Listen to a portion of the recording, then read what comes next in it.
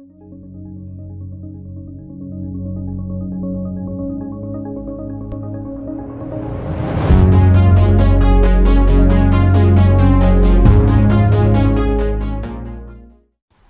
everyone, my name is Kartik and my channel is about mental models.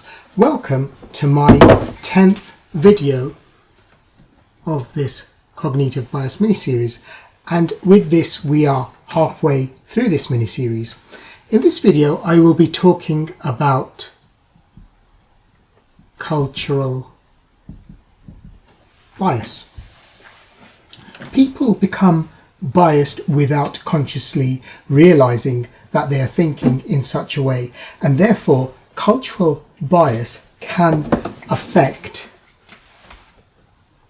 many people.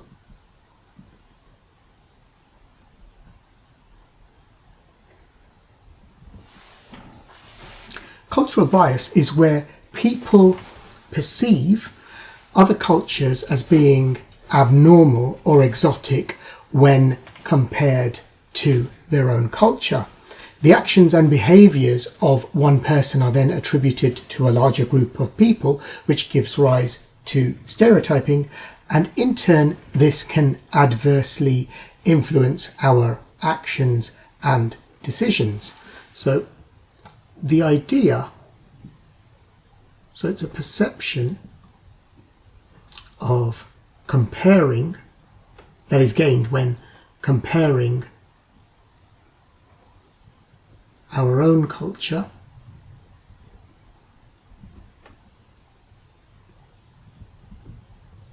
versus other cultures. And this idea of comparing other cultures and concluding a difference to your own is quite a linear thought process and doesn't need to be explained with the need of examples.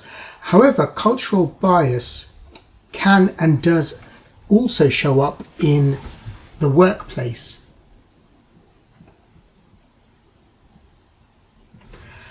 And it is here where it may be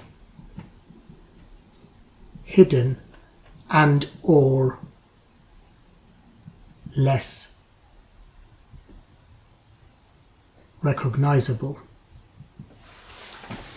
So let's look at some examples. Firstly, let's take the scenario of a project team which is made up of members from different nationalities or spread across different countries. We've got a project table, and this is the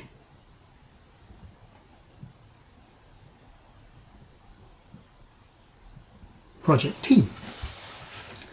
When discussing, presenting and critiquing ideas with one another to pick the best one and eliminate the others, certain people in the team from certain nationalities may be very direct. So let's say this side is very direct, whereas others, let's say this side, may be indirect. So to the ones who are indirect, so on this side, the people providing direct negative feedback may appear to be brash, aggressive, and possibly even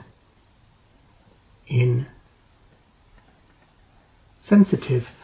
And to the ones who are giving direct feedback, the people providing the indirect feedback will come across as non-committal, being vague, and not saying what matters.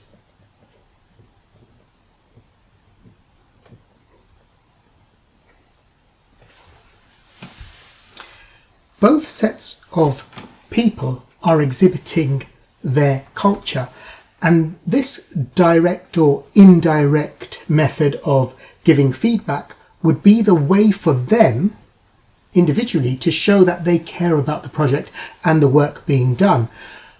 But both sets of people here are culturally biased. Now, I'm not saying both sets of people are wrong or behaving poorly. No, that's not what I'm saying. But by not recognizing and therefore not realizing that there are cultural differences within the team itself will work less efficiently as a unit. There could be friction within the team members.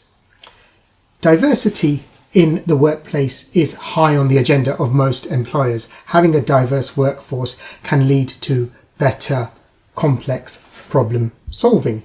And this is a good thing. But one must also realise that diverse perspectives are often rooted in national culture. And this culture informs people's perspectives, values, and how they behave. All of this, as I mentioned, can and does happen without them knowing consciously or realising it. Now, let's take this example, this concept a little further. In this project, there is a manager.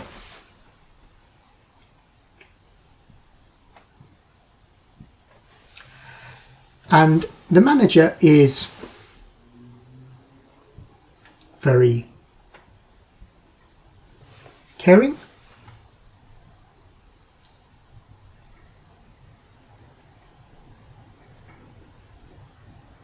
very thoughtful, and thinks of his team members as peers.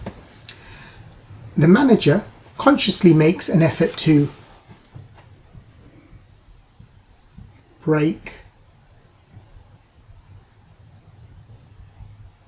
down barriers and to make his team feel comfortable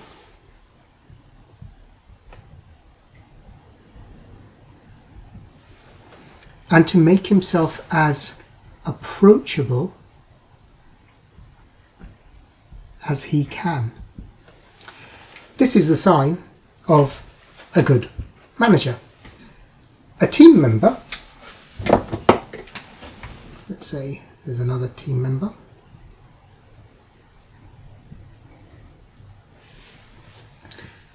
who is the team lead, who is leading the project, comes from a cultural background which is very hierarchical.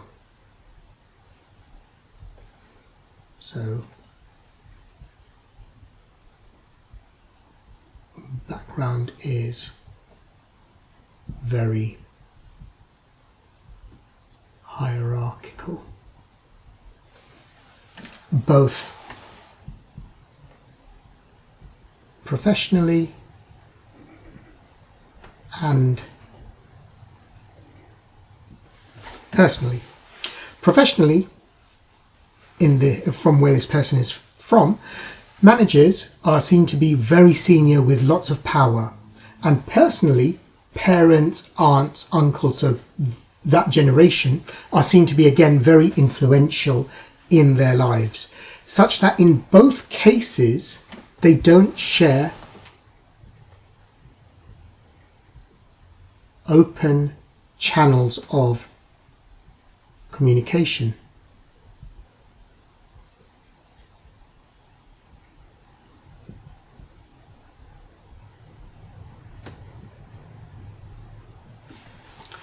So, in the mind of the team lead, they themselves, without consciously realizing, they themselves are putting up barriers. As such, this would be hidden to both the manager and the team lead, because they would think that it's normal. And so if that project was going badly, so let's now say the project is going badly, where the client was impacted, so client impact, then the team lead, who would have these natural barriers may not speak to his manager about the failing project, but instead try and fix the problems themselves. As the client is impacted, the client may then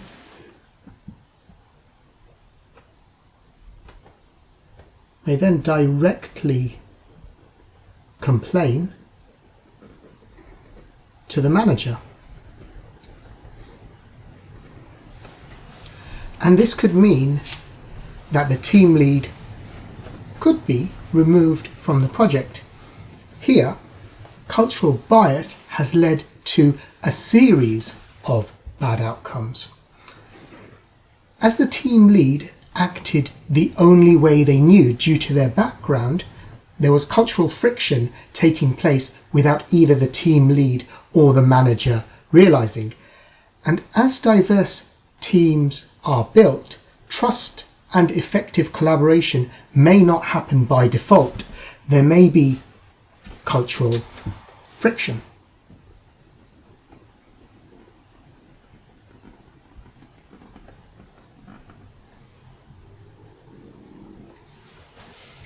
There may be cultural friction rooted in cultural misconceptions that may be difficult to diagnose.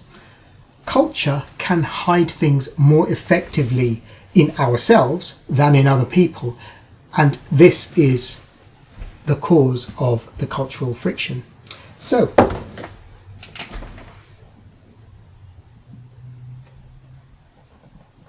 how do we overcome this bias? Number one,